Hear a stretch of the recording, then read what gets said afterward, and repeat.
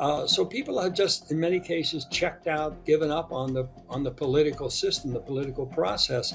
That's why we need a big victory here, I think, to wake people up, to get people more engaged, to give them that they feel like they have a choice, they have a voice, their vote matters. That to me would begin the process. You could then solve problems when you have that kind of engaged citizenry.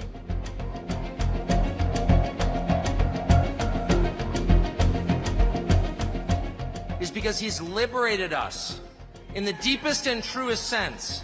And the liberation he has brought to us is the liberation from the obligation to tell lies. Donald Trump has made it possible for the rest of us to tell the truth about the world around us. And that's the single most liberating thing you can do for people. If you want to enslave people, if you want to degrade them, force them to tell lies. And they have. They forced us to lie about everything at gunpoint, effectively. They put people in prison for refusing to lie. And not just the obvious lies that men can become women or Vladimir Putin blew up the Nord Stream pipeline. No, honestly, he did. January 6th was an insurrection. They were unarmed, but it was very insurrection-y. Not even the obvious ones, but the big lie. You know what the big lie is? The big lie is that they're impressive. That's what the big lie is. That the people in charge have somehow earned the right to rule over you, and they haven't. And you know that. These are the single most useless people in the United States. They have no skills whatsoever. They've got 3/4 of the money, and they didn't earn it.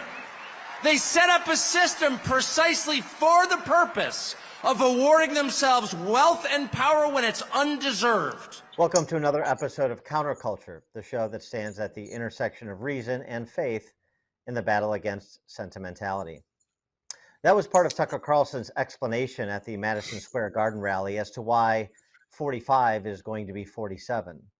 Not only is Tucker correct about the ruling class's seething hatred for the hoi polloi, it is becoming increasingly clear to an increasing number of Americans that Tucker is in fact correct.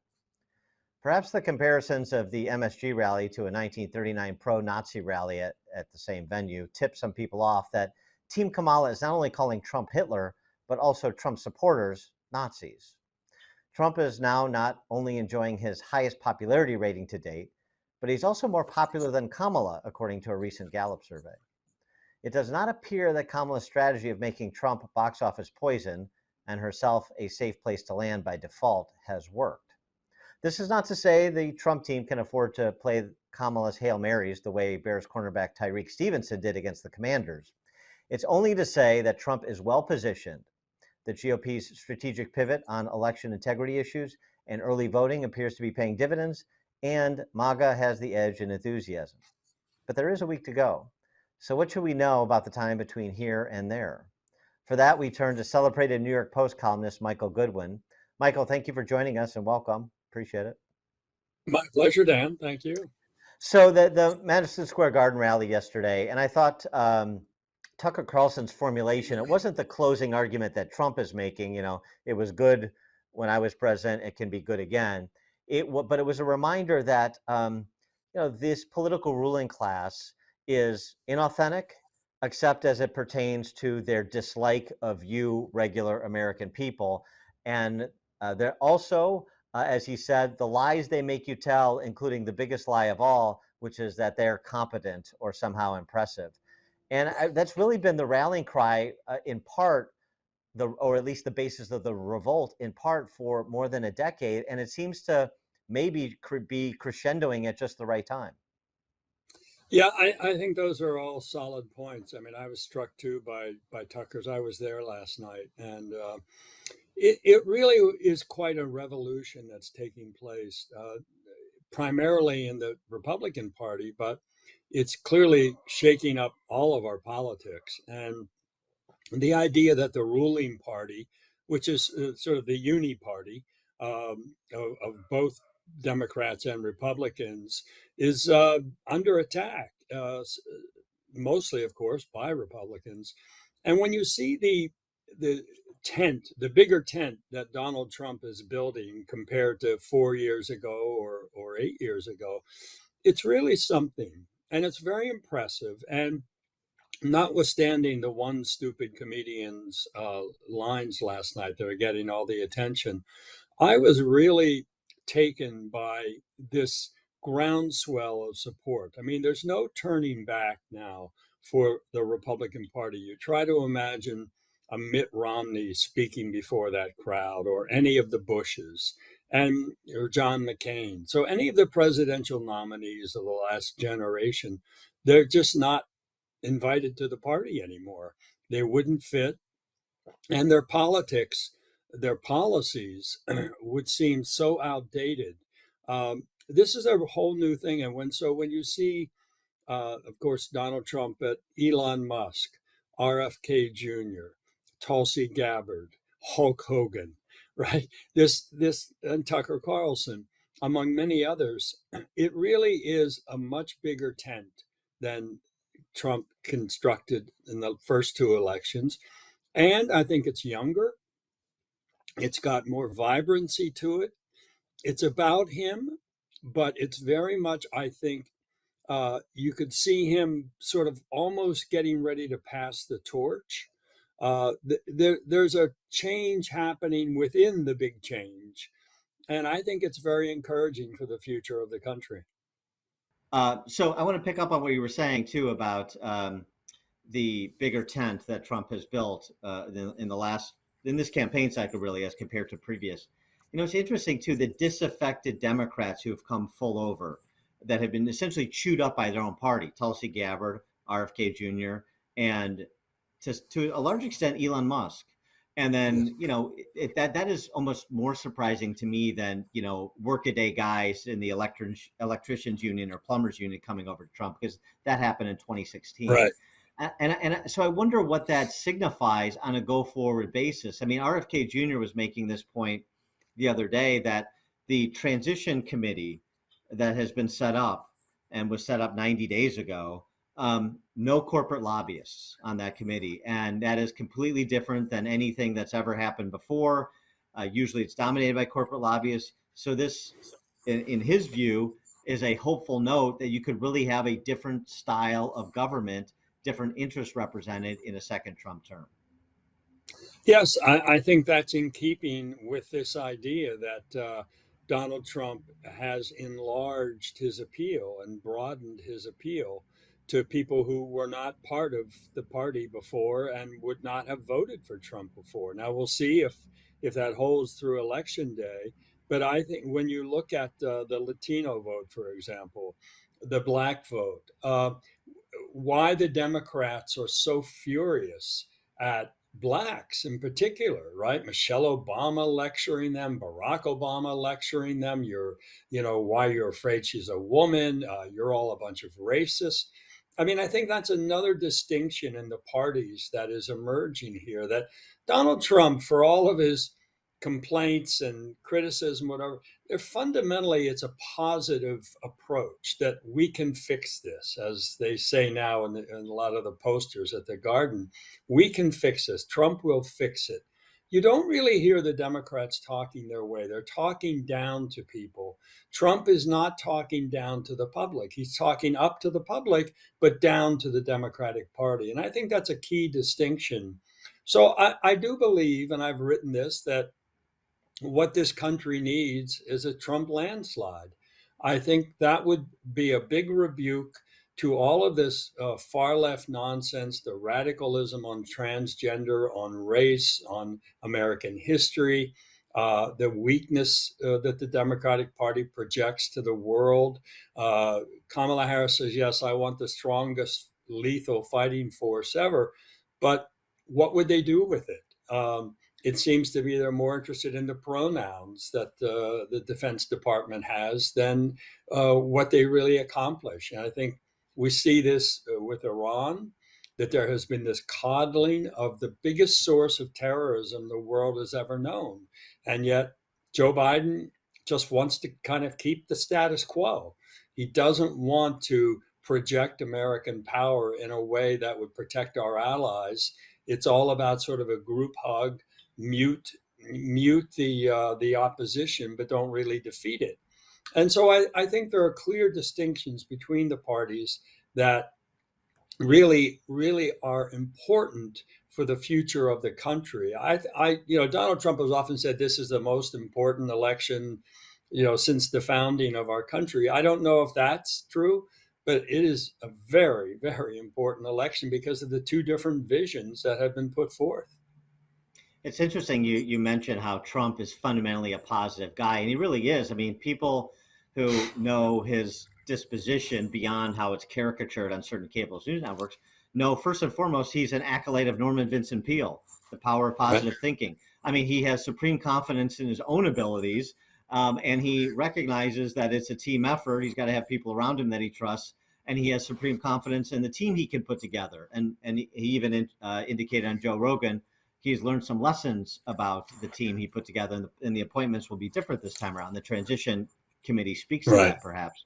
So it's for all the part of the reason I think they're having a hard time selling, Trump as Hitler, in addition to just being so over the top, is I mean, it's just he is sort of the positive can-do guy, the solutionist, if you will, and they're the ones that are foreboding and lecturing and dark, and the end is near, and people want to be optimistic about the future, especially when Yes, they don't like what's going on. well, and that's we. I like to think, and people say this is a key ingredient of the American character is optimism. That tomorrow will be better. Now, that's of course the human condition as well, but it's one of the things that has distinguished America historically. Tomorrow has been better. It always has been pretty much in the American arc, and so Donald Trump speaks to that. I mean, he's very much a creation of our country. He's very much a creation of, industry, of working, of earning, of capitalism, of risk taking.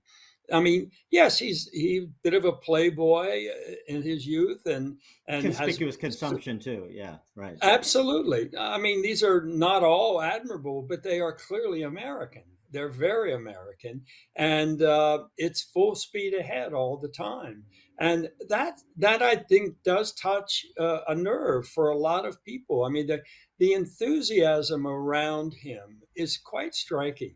You don't hear grievance. You hear fear about what the Democrats would do if they win and what they've done because of their attempts to put him in prison and to lock up many of his supporters. But really, what you hear is a positive view of the future, what can be in this country, what we still can accomplish, what, as far as we've come, it's still not enough. And so there's a real hunger, I think, for progress. Whereas it does strike, I think, a lot of people, and I am among them, that the Democrats are talking about effectively turning back the clock.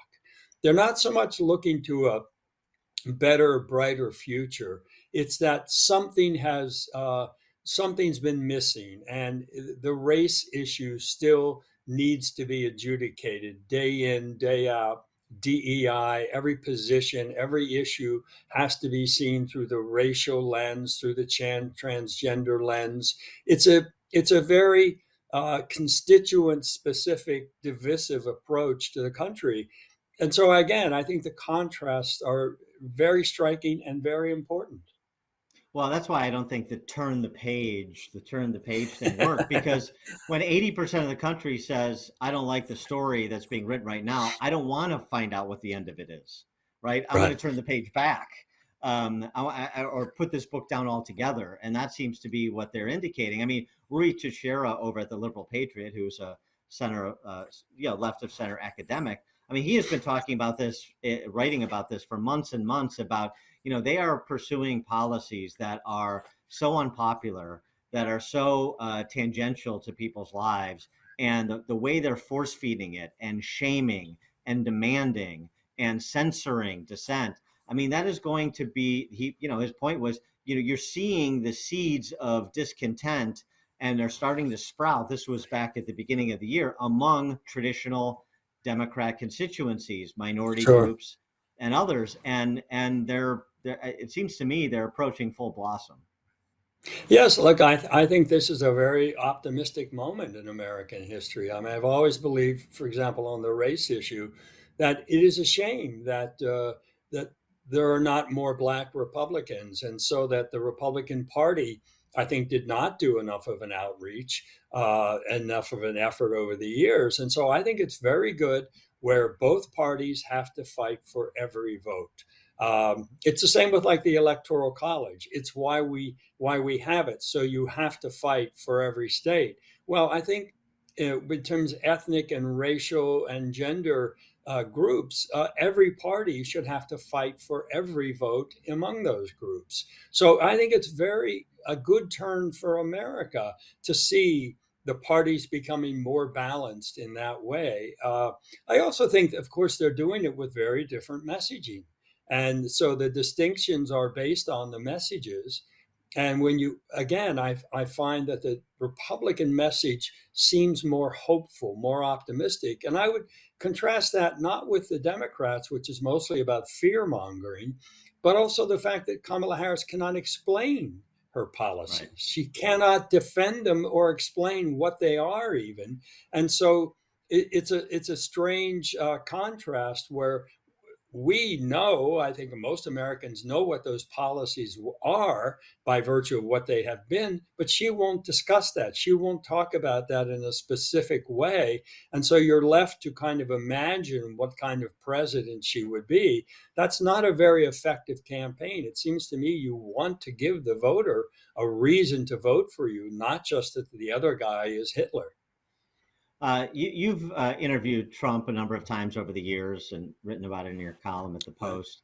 I wonder what you see in terms of his evolution as a political leader. Well, I think that the torch is passed is something of a cliche, but there is some of that going on. And when you think of J.D. Vance being 39 years old as his running mate, and I think J.D. Vance has been incredibly articulate and a calm voice in this campaign. And I think he's in some ways a much better explainer of Trump's policies than Trump himself in many cases.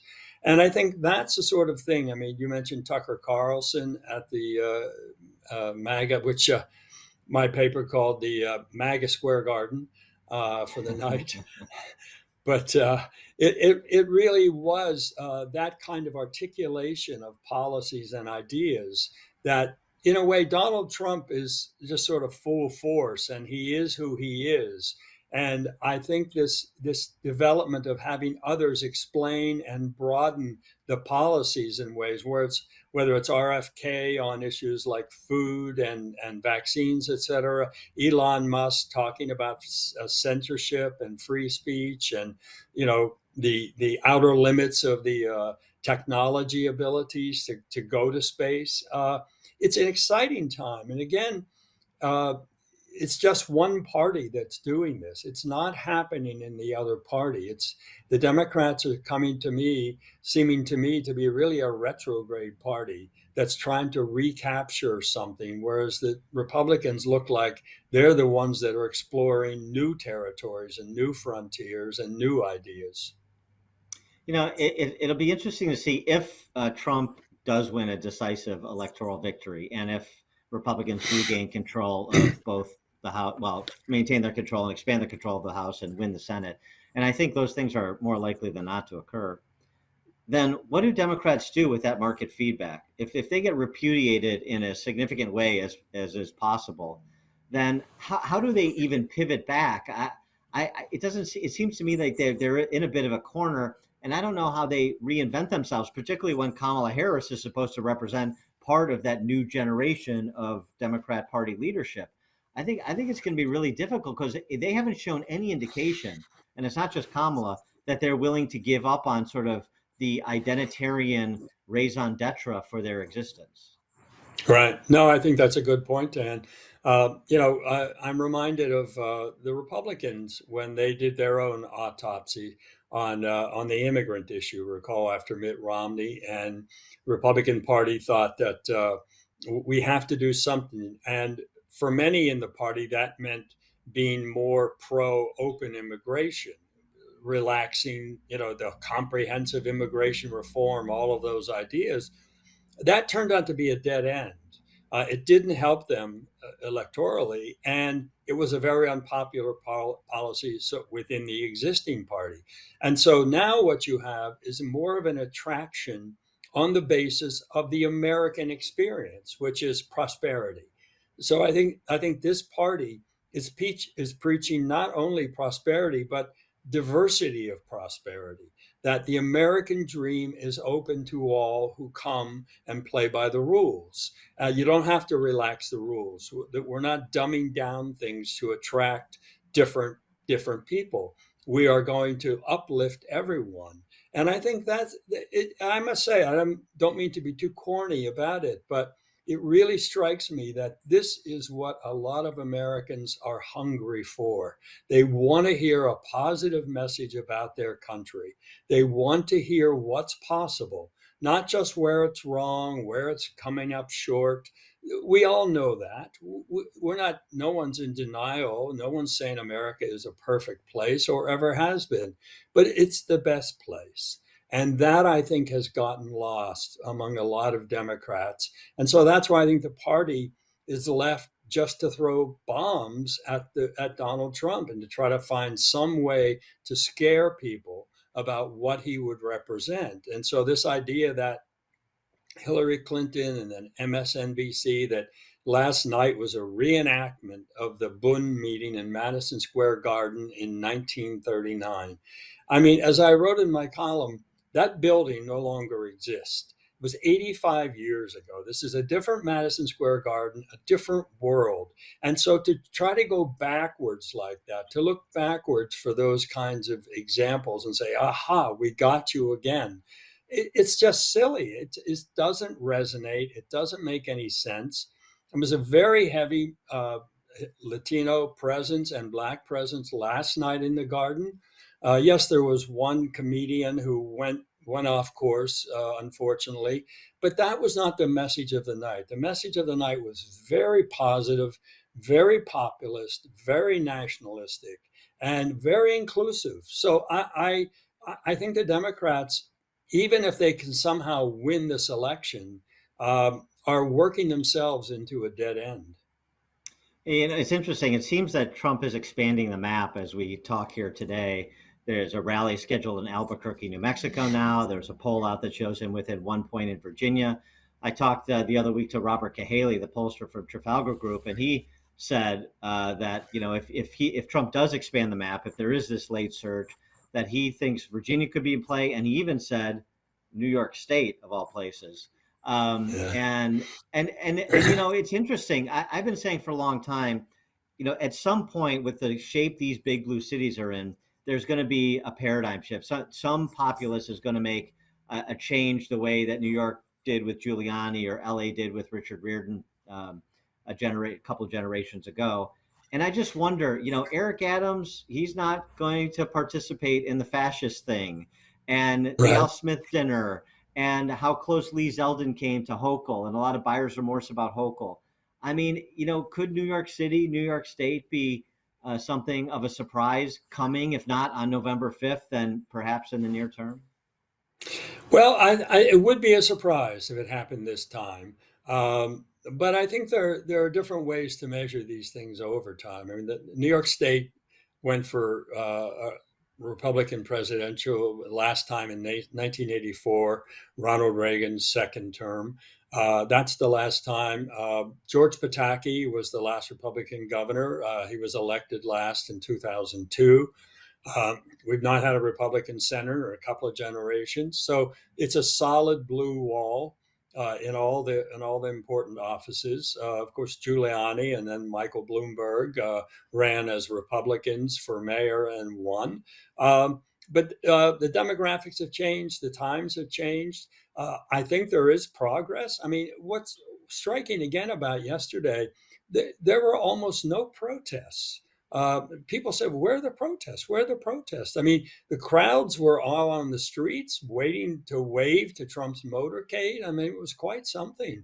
And so, look, I do think if you can put Virginia in play, and I would draw a distinction there. So in Virginia, you've had a Republican governor. So there's a base, there's a statewide base that can elect. In New York, we haven't had that for a while. I think that might be the step that's necessary to take the state, for a Republican president.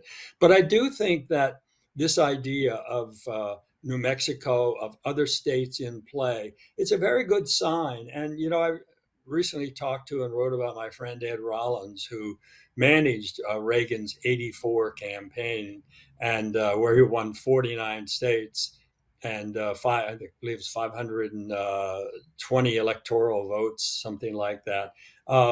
And you think of those incredible landslides that Reagan in '80 won 44 states, and in '84 won 49 states.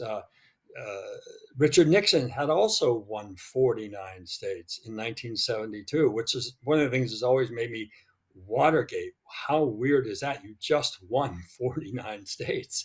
Uh, Nonetheless, those kind of big margins, I think they build over time, and then suddenly the dam breaks.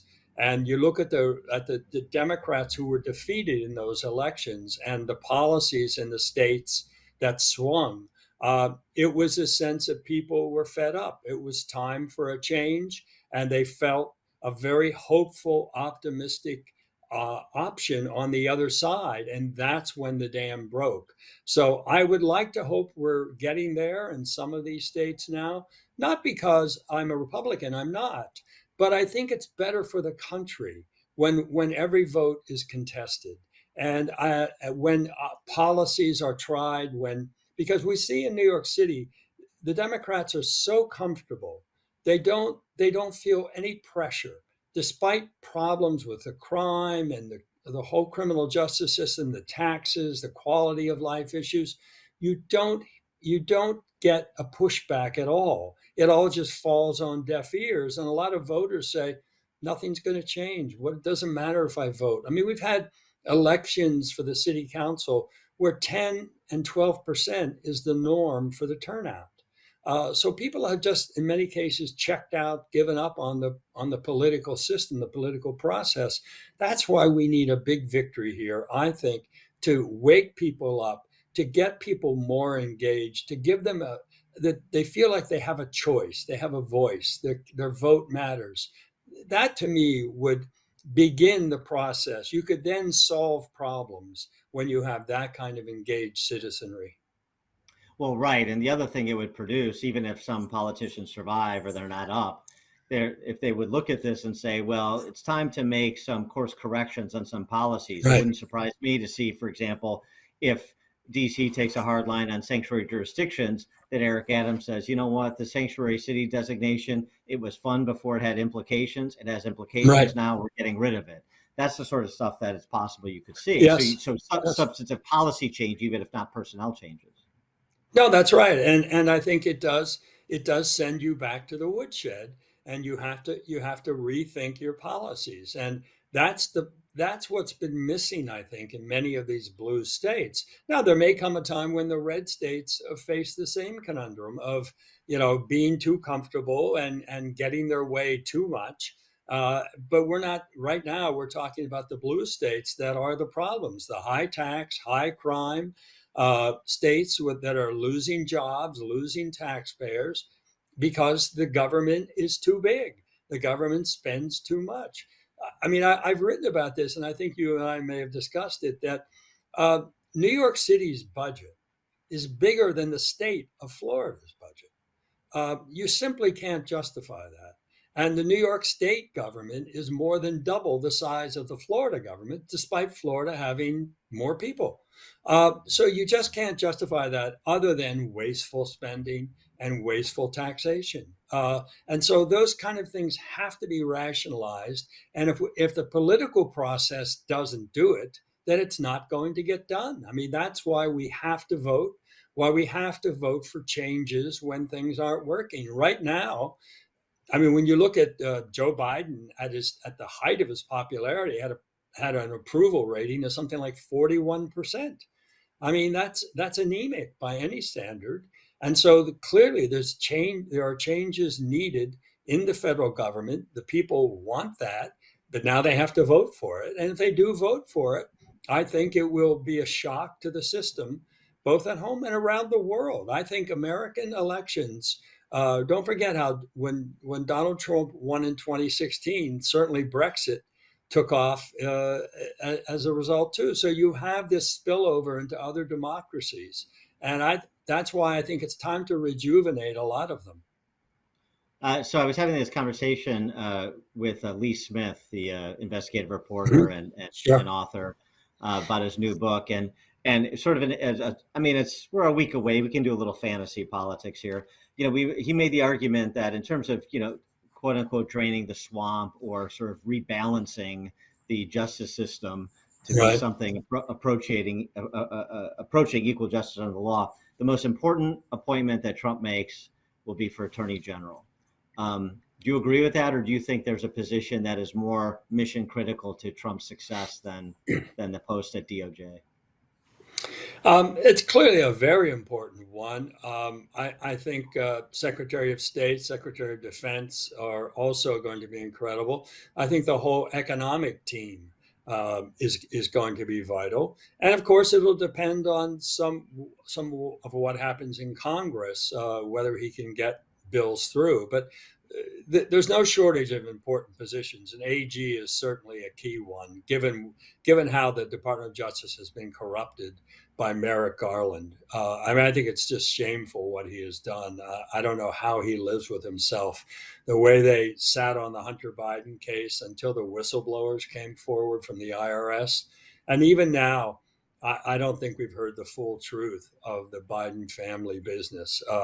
The idea that Joe Biden could not be prosecuted because he was a poor old man with no memory.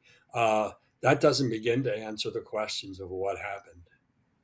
And the idea Trump floated about, I'm open-minded to pardoning Hunter Biden, knowing that probably Joe will pardon him before he leaves, just to make sure. He's probably not going to want to rely on Trump on that. No, but what did you make of Trump making that, keeping an open mind on that topic? Does that indicate that he may take the same posture he did with respect to Hillary after 2016?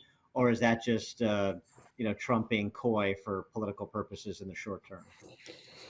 I honestly don't know. He does say things that surprise me, and that one surprised me. And yet, he's not really a vindictive man.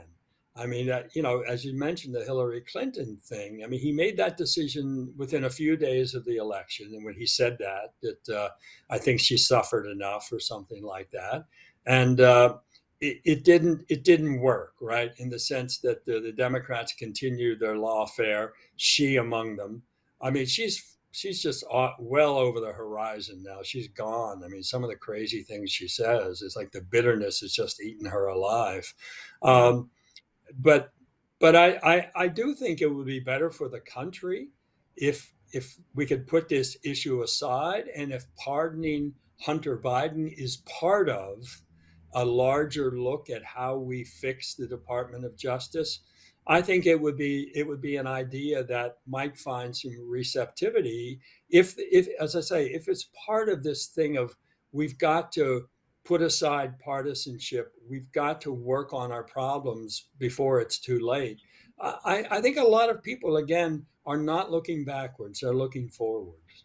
Maybe if he twinned that with firing Jack Smith, he could sell it, right? Yeah, maybe lock up. I'll tell you what. We'll let Hunter Biden go. We'll lock up Jack Smith and Merrick Garland. How's that? Yeah, that's a little prisoner exchange, if you will. Michael Goodwin, celebrated columnist for the New York Post. Michael, thanks so much for your time. Good talking to you again. Oh, it's a pleasure. Thank you, Dan.